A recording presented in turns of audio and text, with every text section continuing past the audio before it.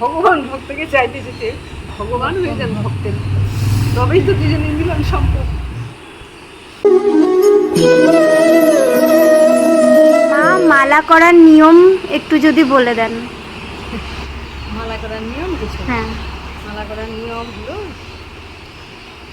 মানে মাইন্ডটাকে তুমি ভগবানের দিকে কীভাবে নিবি, একটা মাধ্যম চাই। মাধ্যমের জন্যে যেহেতু গোবিন্দের অত্যন্ত প্রিয় হলো তুলসী, তুলসী মালা, তাই আমরা তুলসীর মালাটাকে হাতে নিলাম। হাতে নিয়ে ওই এইভাবে, এটা করলে সুমেরু বলে, সুমেরু, সুমেরুর মধ্যে তুমি চাপ দিয়ে ধরলে, ধরে জয় শ্রীকৃষ্ণ চৈতন্য প্রভু নিত্যানন্দ শ্রী অদ্বৈত গদাধর শ্রীবাসাদি গৌর ভক্তগণ প্রণাম করি করে এই সুমেরুটাকে কখনো ক্রস করা যাবে না। এটাকে কী করতে হবে, এই যে তুমি যদি হাতে পারো তাহলে মনে করো তুমি এরকম ঘুরিয়ে নিও, যদি হাতে যখন পাচ্ছ না তাহলে কি করবে, এরকম ধরেছ তাহলে তুমি দরকার লাগে এই একটা সাহায্য নিতে পারো, এই আঙ্গুলটা টাচ হবে না। সাধারণত এই আঙ্গুল দিয়ে আমরা অনেক সময় দেখে নিব শাসন করি এবং আমাদের একটা অহংকার প্রকাশ পায়।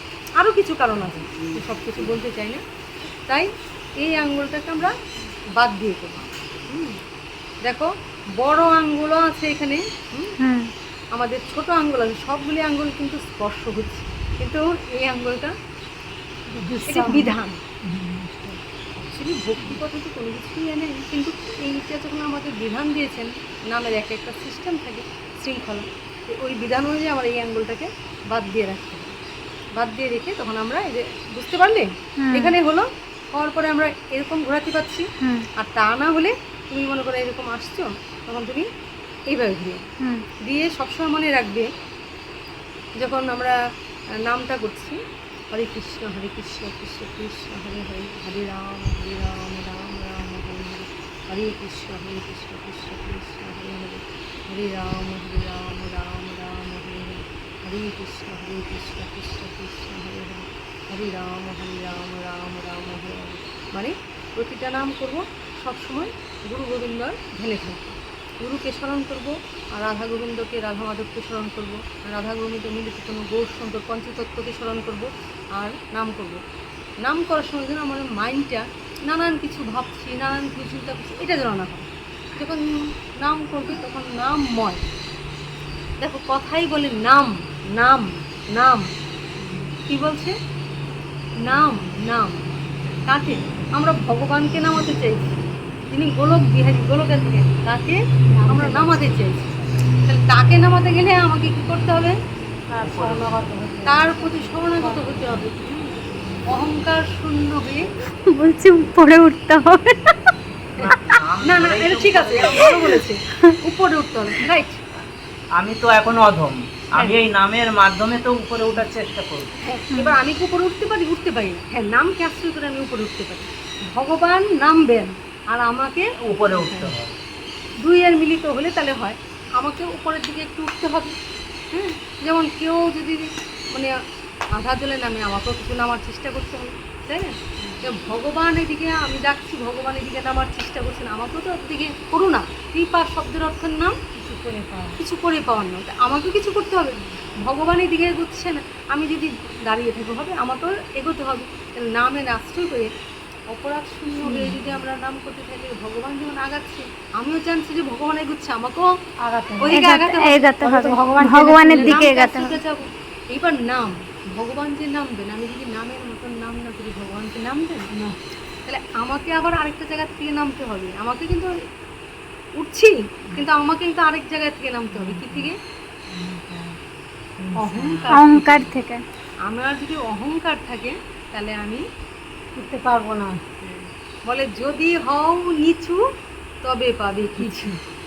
বাহ, যদি হও নিচু, আমরা যে প্রণামটা করি মানে কি, নিচু হচ্ছি, আর আরেকজন যে আছে সে তখন আশীর্বাদ, তাই বলছি যদি হও নিচু তবে পাবে কিছু। তাই আমরা নিচু হয়ে দৈন্য সহকারে নাম করি, মানে প্রভু আসছেন আমার দিকে। প্রভুগুলোর প্রতি নামের আকর্ষণ এমন যে আমাকে ডাকছে, তাহলে আমি ছুটে যাই ভক্তের দিকে। তাহলে ভক্ত যখন অহংকার শূন্য হয়ে ভগবানের দিকে এগিয়ে যাচ্ছে, ভগবানের দিকে আসছে, আর ভক্ত ভগবানের মিলন হচ্ছে। এইটাই। আর ভগবান বলছেন আমাকে আমার নাম বড়, তাহলে ভগবানকে ধরতে গেলে আগে নামকে আশ্রয় করতে হবে। আবার বলছেন নাম থেকে আমার ভক্ত বড়, তাহলে নামকে আশ্রয় করলে ভগবান বলছে আমাকে না, আমার ভক্তকে যদি আশ্রয় করো তাহলে তুমি আমাকে বলো। আমার থেকে আমার নাম বড়, নাম থেকে আমার ভক্ত বড়। নামের শিক্ষাটা আমরা পাচ্ছি ভক্তের কাছে। তাই তো ভগবান স্বয়ং মহাপ্রভু, এই যে চৈতন্য মহাপ্রভু, উনি তো স্বয়ং ভগবান, কিন্তু ভক্তকে ভালোবেসে এই স্বয়ং ভগবান কিন্তু ভক্তরূপ ধারণ করেছেন। যে আমি ভক্তকে এত ভালোবাসি, ভক্তের জন্যে আমি নিজে ভক্তকে চাইতে চাইতে, ভগবান উপরে আছেন, তো ভগবান ভক্তকে চাইতে চাইতে স্বয়ং ভগবান দেখো কেমন কেমন আমার ভগবান ভক্ত হয়ে গেল।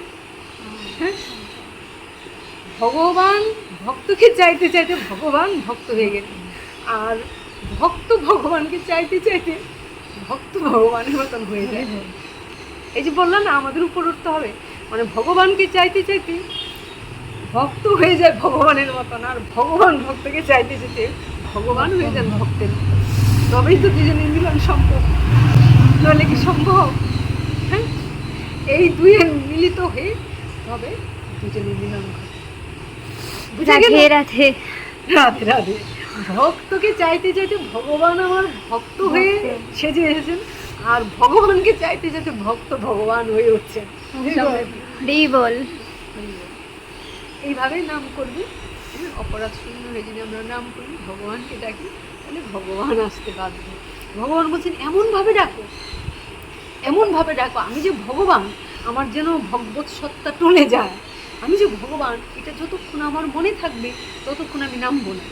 কিন্তু কেউ যদি আমার এমনভাবে ডাকতে থাকে, এমনভাবে ডাকতে থাকে, তখন আমার মনেই থাকে না যে আমি ভগবান। ওর ডাকের আকর্ষণে, নামের এমন শক্তি, এই আকর্ষণে আমি ছুটে আসি।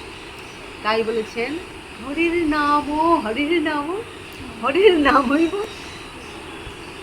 হরের নাম, হরের নাম, হরের নামইব কেবলম কলই নাস্তিব্য, নাস্তিব্য, নাস্তিব্য গতির অন্যথা। আর কিছুই দরকার নেই, কারণ কলিযুগ হলো কলমশ, কলঙ্ক ভরা, কলহ ভরা।